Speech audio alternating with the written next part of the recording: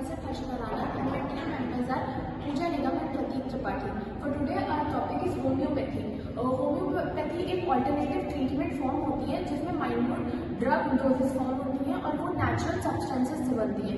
अगर कोई healthy person in drugs को इन होम्योपैथिक डोजेस फॉर्म को इंटेक करेगा तो उसमें डिजीज के सिम्टम्स कॉज होने लगेंगे।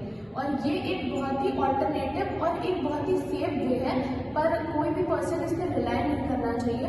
और अगर कोई पर्सन ये सोच रहा है कि वो अपने ड्रग डिजीज ट्रीटमेंट के लिए होम्योपैथी फॉर्म यूज कर रहा है तो उसे अपने डॉक्टर और एक होम्योपैथ से कंसल्ट करना चाहिए। Homeopathy 200 years ago old form है और इसको एक साइंटिस्ट सेम्यूल हैंगरमैन ने डिस्कवर करा था। ये 18th सेंचुरी से इंट्रोड्यूस हुई है। So little facts about homeopathy. 2012 में एक सर्वे हुआ था जिसमें 5 मिलियन अमेरिकन अडल्ट्स और 1 मिलियन चिल्ड्रन ने होम्योपैथी यूज करी थी, जो बहुत ही इफेक्टिव रही है उनके लिए। फिर उसके बाद आते हैं, जैसे मैंने बताया कि होम्योपैथी एक नेचुरल सब्सटेंसेस से बनी हुई है जो ट्रीटमेंट में हेल्प करती है। तो नेचुरल सब्सटेंसेस जो होम्योपैथी में यूज होते हैं वो होते हैं माउंटेन हर्ब्स। कोई भी ऐसा प्लांट बेस्ड या प्लांट्स होते हैं जो किसी भी डिजीज की ट्रीटमेंट में इफेक्टिव रहते हैं। और इसका जो ओरिजिन है वो माउंटेन्स में हुआ है, इसलिए इसको माउंटेन हर्ब्स कहा जाता है। और नेक्स्ट होता है गार्लिक भी बहुत इफेक्टिव होता है। अगर किसी को कफ है या कोल्ड है तो उसमें गार्लिक बहुत इफेक्टिव रहता है। The next one is caffeine. जैसे हम सबको पता है कि कैफीन एक सीएनएस रिलैक्सेंट होता है, तो अगर किसी को भी डिप्रेशन है या इंसोम्निया काइंड ऑफ डिजीज हो गई है तो उसमें कैफीन बहुत ही यूजफुल होता है। The next one is crusted बीज।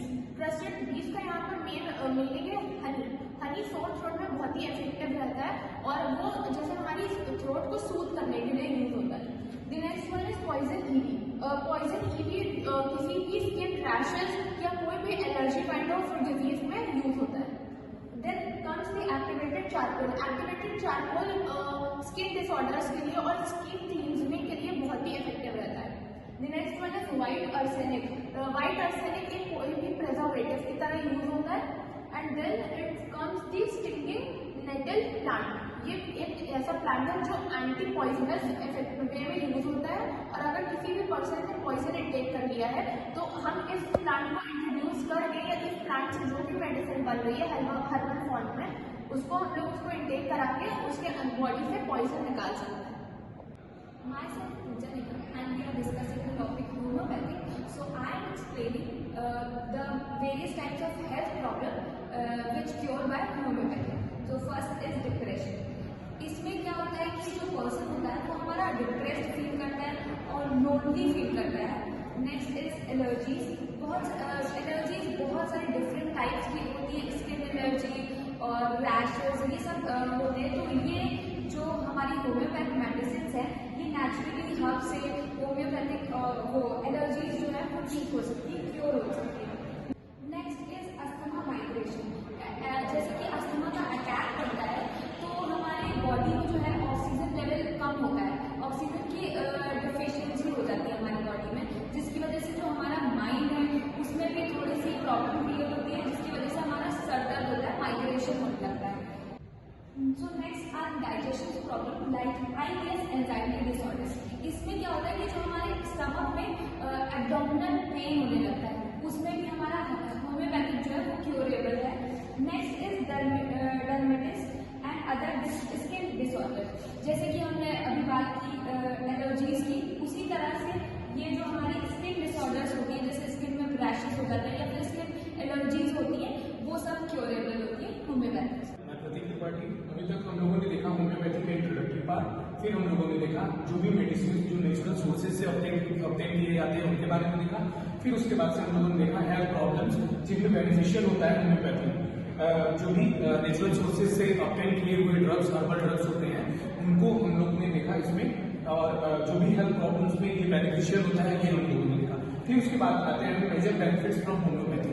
होम्योपैथी में जो भी मेजर बेनिफिट्स हैं वो क्या क्या है। पहला आता है इसमें all aspects of a individual patient is consider. All aspects जितनी भी चीजें आएंगी एक होम्योपैथी के अंदर, चाहे वो किसी भी सोर्स से कोई भी ड्रग ऑब्टेन हो और उसके जो भी यूज हो एक पार्टिकुलर किसी भी डिजीज को ट्रीट करने सारे एस्पेक्ट्स आएंगे हमारे, कंसिडर किए जाएंगे एक पेशेंट के रूप में, एक पेशेंट के लिए।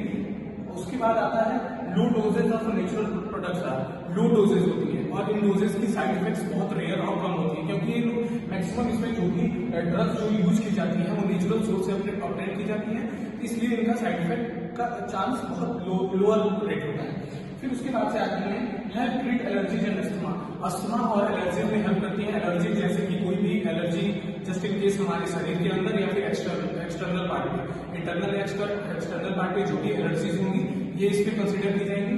और अस्थमा हम लोग जानते हैं कि जैसे भी हम लोग को ब्रीथिंग का प्रॉब्लम होता है वो इसके अंदर आता है। फिर आती है it can help reduce anxiety and depression. Anxiety and depression क्या होता है?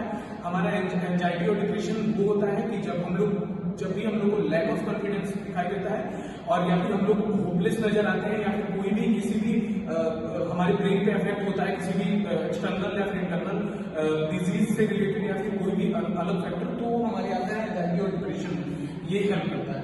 फिर आती है हेल्प कंट्रोल पेन।